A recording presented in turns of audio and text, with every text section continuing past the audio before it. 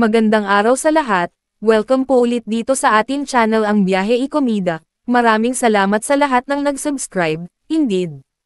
Punta tayo sa ating topic, April 14, 2025. Pilita Corrales last moments, inalala ni na Jackie Lo at Monching. Ano ang cause of death ni Pilita Corrales? Hindi na idinetalye ng magkapatid na Jackie Lo Blanco at Monching Gutierrez kung ano ang sanhi ng pagpanaw ng kanilang inang si Pilita Corrales. Pumanaw si Pilita sa edad na 87.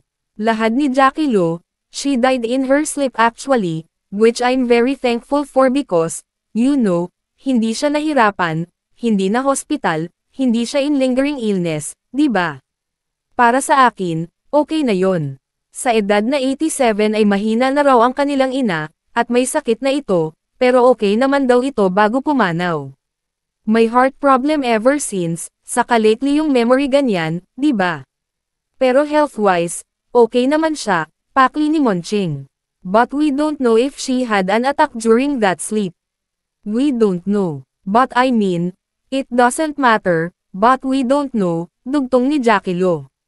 Hindi na namin inalam. Basta she was sleeping, sabi uli ni Monching.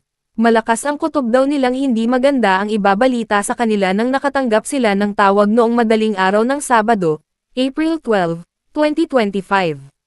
Kwento ni Monching, ang husband po niya si Tito Carlos, at ang isang kapatid namin, mga 2 AM, tumawag sila. So, pumunta na kami doon. Dagdag ni Jackie Lo, I had the feeling, sabi ko, wow, parang they're not going to call us naman at 2 AM. Oh, there's something, di ba? So, we rushed. Nakatakda raw sana silang dumalaw sa kanilang ina ngayong Lunes, April 14. Pero ito na nga ang nangyari. Kapag dumadalaw sila ay hindi naman daw nila pinag-uusapan kung ano ang gusto ni Pilita kung sakaling pumanaw na ito. Hindi namin napag-usapan ang tungkol sa ganito. Kami na lang ang nag-decide kung ay cremate siya o ganyan, kami na lang ang nag-decide. Wala siyang ganon pakli ni Monching. Sabi naman ni Jackie Lo, alam niyang handa ang kanyang ina sa kung ano ang maaaring mangyari sa kanya. I believe she was, bulalas ni Jackie Lo. My mom was very prayerful. In this past every Sunday, pumupunta yung priest doon, and they give her Holy Communion with my stepdad. I know she was prepared. She made peace with her maker, alam ko yon. Because my mom is very prayerful, very spiritual, sabi pa ni Jackie Lo. Nagpasalamat silang maayos ang pagpanaw ni Pilita, dahil hindi siya nahirapan. Pero naging emotional si Jackie Lo nang tinanong kung meron pa ba siyang gustong sabihin sa kanyang ina na hindi pa niya nasabi. Sabi ni Jackie Lo, nasabi naman daw niya lahat tuwing magkasama sila. Just to tell her how much I love her, and to thank her for everything, lahad ni Jackie Lo. And to tell her that I will continue to honor her by the way I work, the way I live, by telling people how wonderful she is, and just to say thank you so much for bringing up me and Mon the best way she could. I will miss her so much. I will miss how wonderful she smells. She smells so good, ani Jackie Lo. Malaki ang paghanga ni Jackie Lo sa pagtingin ng ina sa buhay. But she lived the best life, and I would give a standing ovation to her. For everything that she's achieved in her career, in the way na she carried herself, with always so much grace despite minsan nahihirapan, minsan may mga trials. She would always say, tomorrow is another day. Ang problema nandyan, minsan nandyan ang solusyon, minsan wala. But in the meantime, and you know, hold your head high and do the best that you can. Sa Miyerkules, April 16, na ang huling araw ng burol. Hindi pa raw nila napagdesisyonan kung kailan nila ililibing sa himlayang Pilipino. For now, hindi pa kami makadecide sa family if they want to bring her to Himlayan, where her mom is and her brother, we have not decided. So, I think what we will do is probably bring home her ashes until we've made that decision for her.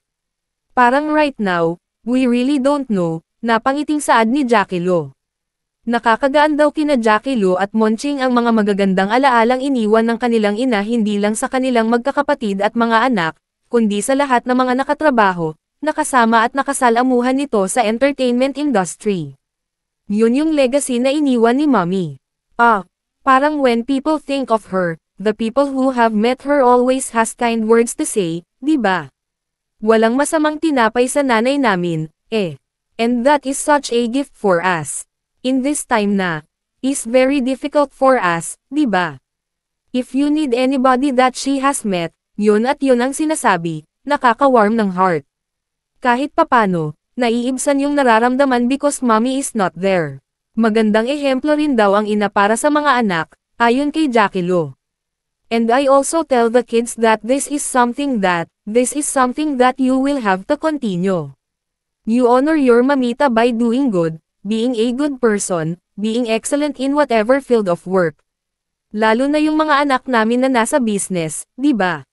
So, regalo yun and the same time malaking responsibilidad din, because we have to honor her by continuing kung ano yung mga naiwan niya sa amin, kay Monching, sa mga apo niya.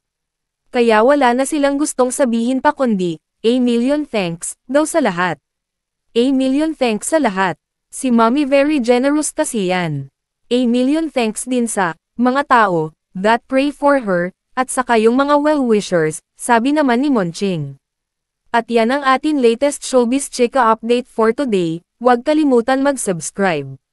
Click the notification bell for more showbiz chika updates. Like and share the video at suportahan po ang atin Facebook page. Maraming salamat sa lahat ng nag-subscribe, indeed. Magandang buhay sa lahat, adios. I will miss her so much. I will miss how wonderful she's been. She's been so good.